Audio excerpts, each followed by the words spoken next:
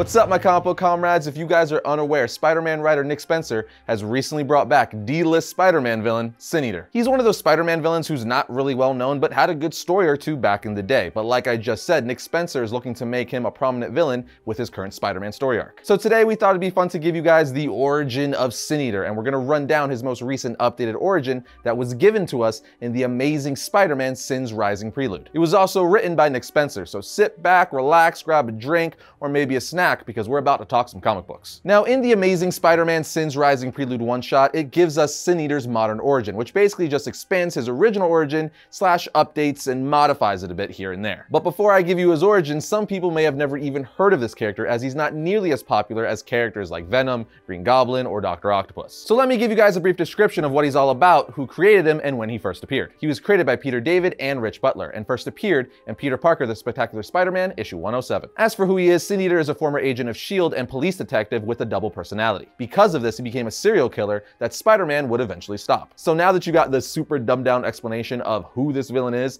let's see how he became the crazy serial killer known as Sin Eater. It all started in the 60s when Stanley Carter, the man who would become Sin Eater's parents, met in New York. His mother was Upper West Side and his father was a country boy fresh off a Greyhound from Missouri. They both fell in love almost immediately, but with the times being what they were, they both got addicted to drugs, something they would struggle with for the rest of their lives. Said drug addiction ultimately led to the death of Stanley's father. After his death, Stanley's mother realized that the love of her life left her a gift to remember her by, a child, and after she gave birth to Stanley, her family wanted nothing to do with their daughter's mistake, as they put it. So they checked her into a rehab clinic and sent the baby somewhere deep into the Ozark Mountains to be raised by Stanley's grandfather on his dad's side. We learned that Stanley's grandfather was an angry man who preached hellfire and brimstone to about a dozen Pentecostals every Sunday. We also find out he wasn't too fond of his son running away, rejecting his beliefs to dance with heathens. And of course, he wasn't happy that his son died a druggie. But what sucked for Stanley is he was a constant reminder of his father in the eyes of his grandfather. So the grandfather took out his anger on the next best thing, his grandson. He would also force his grandson to hunt so he wouldn't be quote unquote soft like his father. But even when Stanley killed a deer, he said, "I didn't feel anything." Ultimately, Stanley's grandfather would be killed during a snake handling at a tent revival where a poisonous snake bit him on the arm. But his grandfather's congregation didn't understand why the Holy Spirit didn't protect him unless somehow he wasn't cleansed. So being the superstitious bunch they were, they decided to make sure their preacher made it to heaven by calling something only heard in whispers. Something unholy and terrible. So one night they laid his body out on a picnic table. Then the congregation locked themselves away. But Stanley stood next to his grandfather's body all night because he had to see what was coming. And what came was the Sin Eater. You see, Sin Eaters existed as long as anyone could remember, going back to the old country, but never more than one at a time. They were hermits who hid out in the woods until they were called upon to perform the ritual. How the ritual worked was a family would set a meal on their dead loved one's chest, which was an offering representing the deceased one's sins. The Sin Eater would then come to consume that meal, taking on the transgressions of that person, allowing the deceased one's spirit to ascend. Naturally, you would think that kind of sacrifice would merit some sort of kindness or respect to the Sin Eater, but no, they were hated and shunned. But when Stanley looked at the Sin Eater, he said, "There was something I recognized. After all, what was I but another man's sins made flesh? I carry the burden of what my father had done and had paid the price for it." But when the Sin Eater looked back at Stanley, he said, "I knew something important happened. I had been called, marked, changed, or so it seemed." It was only a few weeks later when Stanley's mother showed up. Keep in mind, he never met her up until this point, but she had gotten clean, found a job, so she decided to take him back to New York away from his grandfather. Years went by and Stanley grew up, eventually enlisting in S.H.I.E.L.D. and joining one of their experimental programs. A program that was testing a drug which enhanced his abilities, but they took their toll on Stan and began to drive him crazy. This is what ultimately led to Stan's double personality. So they pulled the plug on the program and Stan left S.H.I.E.L.D. after the drug had supposedly ran its course and left his body. After this, Stan joined the police department where he became a detective. But one day his partner was killed in the line of duty. His partner was a very good man and one of his best friends. So he vowed to find whoever it was that killed his partner. And this is where things start getting really crazy. Now armed with a shotgun, the first person he killed was his former lover, Jean DeWolf. For those of you who don't know, Jean was a New York cop and ally to Spider-Man. Also, she's the sister of Brian DeWolf, aka the Wraith. Anyway, Stan's reason for killing her was that she represented the legal system, which he considered responsible for the death of his partner. But it gets nuttier. Then he added her badge to his belt, which signified he sought to fight for justice. You know, just his own crazy version of it. Sin Eater then brutally executed a judge who gave mercy to an accused criminal, and also a beloved priest who advocated for the rights of death row inmates, something that Sin Eater despised. So he murdered the priest in his own confessional booth.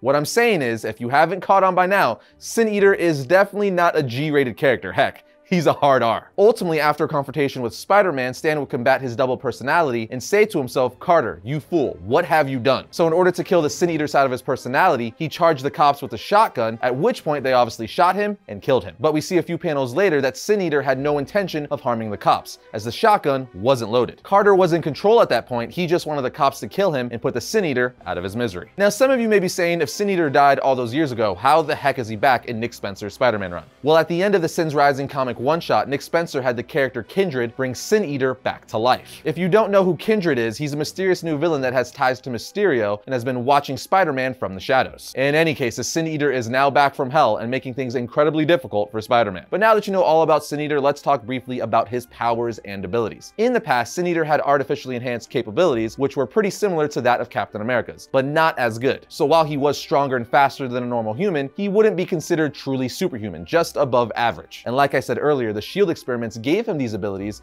but also drove him insane, ultimately leading to his double personality. Stanley Carter has also undergone military training, so he's an expert in hand-to-hand combat, and he's a highly skilled marksman. Because of this, he uses his signature weapon, a double-barreled shotgun. So he's super strong, fast, an expert in hand-to-hand combat, as well as being a great marksman, and on top of all that, he's insane. Yeah, that is someone I do not want to run into. As for reading recommendations, his most notable story till this day is the Death of Jean DeWolf's story arc, so check that out, as well as the Amazing Spider-Man Sin's Rising Prelude. And then cap it off by reading Nick Spencer's Spider-Man run, as he's currently doing a Sin Eater story arc that starts in issue 44 of The Amazing Spider-Man. But as I always say, that's definitely enough to get you guys started. And with that, my comic comrades, that brings another episode of Variant to a close. But if you like today's episode, be sure to check out this episode right here. And if you like our channel, be sure to subscribe, like, and comment. It helps us out. But I'll see you guys next time when I talk about all things comics.